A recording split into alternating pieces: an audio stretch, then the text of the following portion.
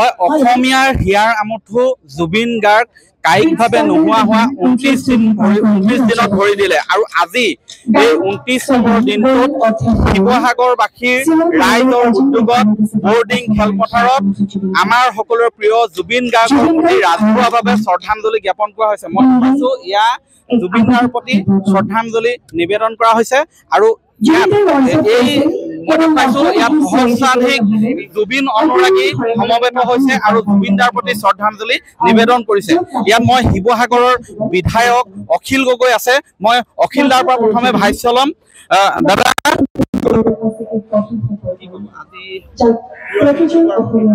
আজি শিৱসাগৰৰ ৰাইজে আজি প্ৰিয় শিল্পীজন হিয়াৰ আমঠু জুবিন গাৰ্গক আজি স্মৰণ কৰিছে, আলোচনা কৰিছে, শ্ৰদ্ধাঞ্জলি জনাইছে আৰু তেওঁৰ ন্যায় প্ৰাপ্তিৰ কাৰণে ন্যায় সমাৱেশ আৰম্ভ কৰিব খুজিছে। ইতিমধ্যে শ্ৰদ্ধাঞ্জলি অনুষ্ঠান চলি আছে। এতিয়া বৃক্ষৰোপণ কৰিবলৈ গৈ আছে লুজিত গগৈ আৰু আমাৰ চেতিয়া ফুকন দাদাই, দুজন গায়কে আজি দুজন বিশিষ্ট শিল্পীয়ে বিপুল চেতিয়া ফুকন আৰু আপোনাৰ লুখিত গগৈয়ে বৃক্ষৰোপণ কৰিব আৰু ইয়াৰ পাছতে সকলো ধৰ্ম, সকলো বৰ্ণ, সকলো জনগোষ্ঠীৰ পৰা এতিয়া ধৰ্মীয় অনুষ্ঠান হ'ব, সৰ্বধৰ্ম সভা হ'ব আৰু তাৰ পাছতে আমি জুবিনদাৰ ন্যায় সমাৱেশ আৰু অসমৰ 20 জন বিশিষ্ট গায়ক আহিব, 20 জন বিশিষ্ট গায়ক আহিব। নীল আকাশৰ পৰা আৰম্ভ কৰি সকলোৱে গীত পৰিৱেশন কৰিব।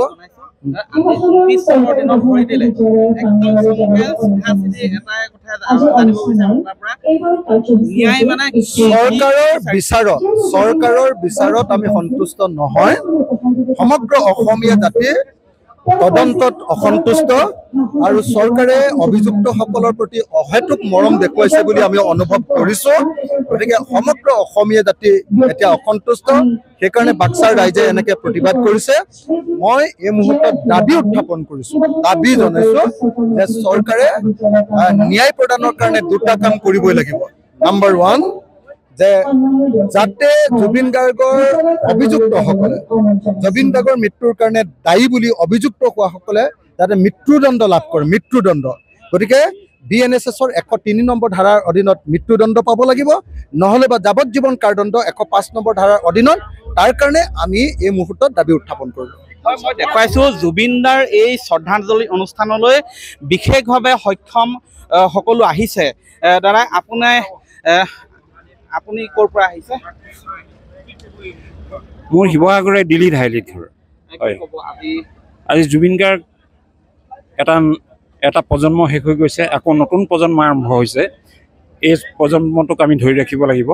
তেওঁ আমাক যিখিনি দি গৈছে এইখিনি আমি সঠিকভাৱে ৰূপায়ণ কৰিব লাগিব। মই তাৰেই কামনা কৰোঁ আৰু তেওঁৰ আত্মাৰ শান্তি কামনা কৰিছোঁ। ধন্যবাদ। হয়, আমাৰ সকলোৰে শ্ৰদ্ধা অৰ্জুন ভোগেশ্বৰ বৰুৱাদেৱ আছে, আমি তেওঁৰ ভাষ্য ল'ম। আজি এই ৰাজহুৱা এই শ্ৰদ্ধাঞ্জলি অনুষ্ঠানত আহিছে, আজি এই মুহূৰ্তত কি ক'ব ছাৰ?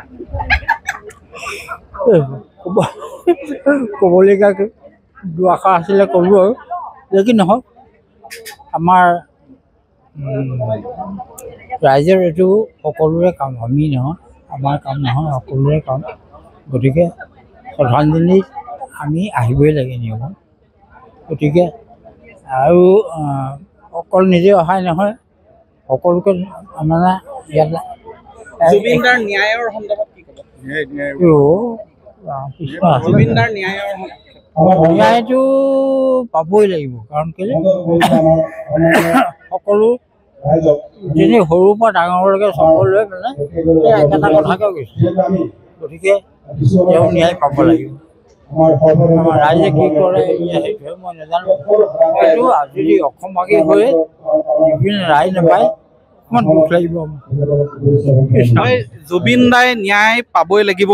আজি জুবিন দা শাৰীৰিকভাৱে নোহোৱা হোৱা 29টা দিনত ভৰি দিলে আৰু সকলোৱেই ন্যায়ৰ দাবী উত্থাপন কৰিছে।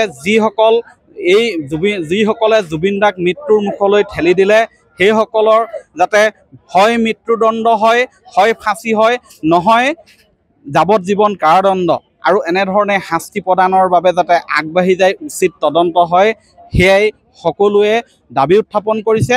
আৰু আজি মই দেখুৱাইছোঁ এই শিৱসাগৰৰ বৰ্ডিং খেলপথাৰত যি ৰাজহুৱা শ্ৰদ্ধাঞ্জলি অনুষ্ঠান, ইয়াত সদল বলে আচলতে আবাল বৃদ্ধা বনিতা সকলো ওলাই আহিছে, জুবিন দাৰ প্ৰতি শ্ৰদ্ধাঞ্জলি নিবেদন কৰিছে। মই জানিব বিচাৰিম এইটো ক'ৰ পৰা আহিছে? আমি ওচৰৰে, আমি বিষ্ণুনগৰ। আজি ইয়াত বহুত মানুহ আচলতে আজিৰ দিনটোত বৰ দুখত আমি ভাগি পৰিছোঁ, কাৰণ যিদিনাখন তেখেতৰ মৃত্যুৰ দিনাখনৰ পৰা হয়তো 13 দিনীয়া ব্ৰত মই কৰিছিলোঁ, কিন্তু আচলতে মই ফেচবুকত কোনোদিন দিয়া নাছিলোঁ। এইটো কাৰণে দুখ লাগিছে যে আমাৰ হিয়াৰামতো আৰু ইমান দিনে তেখেতক হেৰি কৰিব, মুখ্যমন্ত্ৰীয়ে কি কৰি আছে? মই মুখ্যমন্ত্ৰীক এটা কথাই অনুৰোধ কৰোঁ, ন্যায় দিব লাগে। কাৰণ কেলৈ তেখেত যিহেতু হিয়াৰামতো প্ৰত্যেকৰ আমাৰ জুবিন গাৰ্গ ঢুকুৱা নাই, আমাৰ ইণ্ডিয়া, আমাৰ ভাৰতৰ এটা হিয়াৰ আমতো, আমাৰ হিয়াৰ এডোখৰ টুকুৰা এনেকুৱা এটা অৱস্থা হোৱাৰ পাছত মুখ্যমন্ত্ৰী ইমানে কিয় শাস্তি দিব, কিয় পৰা নাই? এইটো বৰ দুখদায়ক কথা। তেখেতে কি কৰিব বিচাৰিছে? এই উঠি অহা নৱপ্ৰজন্মখিনিক তেখেতে এই যিটো চানেকি তেখেতে কি দেখাই আছে?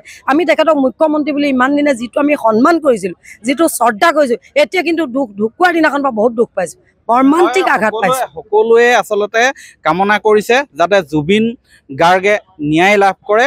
আৰু আজি এই ৰাজহুৱা শ্ৰদ্ধাঞ্জলি অনুষ্ঠানত বিভিন্নজন আহিছে, বিশিষ্ট সাহিত্যিক, বিশিষ্ট শিল্পী, সমাজকৰ্মীৰ পৰা আদি কৰি সকলো শ্ৰেণীৰ লোকে আহি জুবিন গাৰ্গৰ প্ৰতি শ্ৰদ্ধাঞ্জলি নিবেদন কৰিছে। আপুনি বিচৰা বাতৰি পাব কেৱল নিউজ 18 এপত। নিউজ 18 এপ ডাউনলোড কৰিবলৈ স্কেন কৰক এই QR কোড। গুগল প্লে ষ্টৰতো পাব এই নিউজ 18 এপ।